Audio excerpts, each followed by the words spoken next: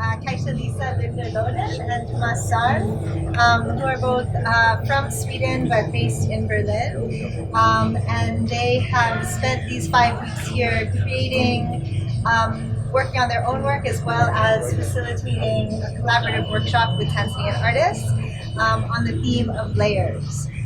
So I just want to thank you guys so much for spending this time here with us. And welcome to introduce your studio. Thank you. Thank you. Yeah, welcome everyone. The workshop we hosted was about layers.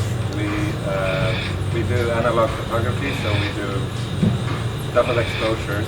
A lot of the works you can see here are double exposure photos of these two, but more of it inside. Yeah. So, and we also want to thank everyone, all the artists that has taken part in this workshop. We had so much fun, and it was so inspiring to see what people came up with, and also a lot of them helped us as well during the preparations of this evening.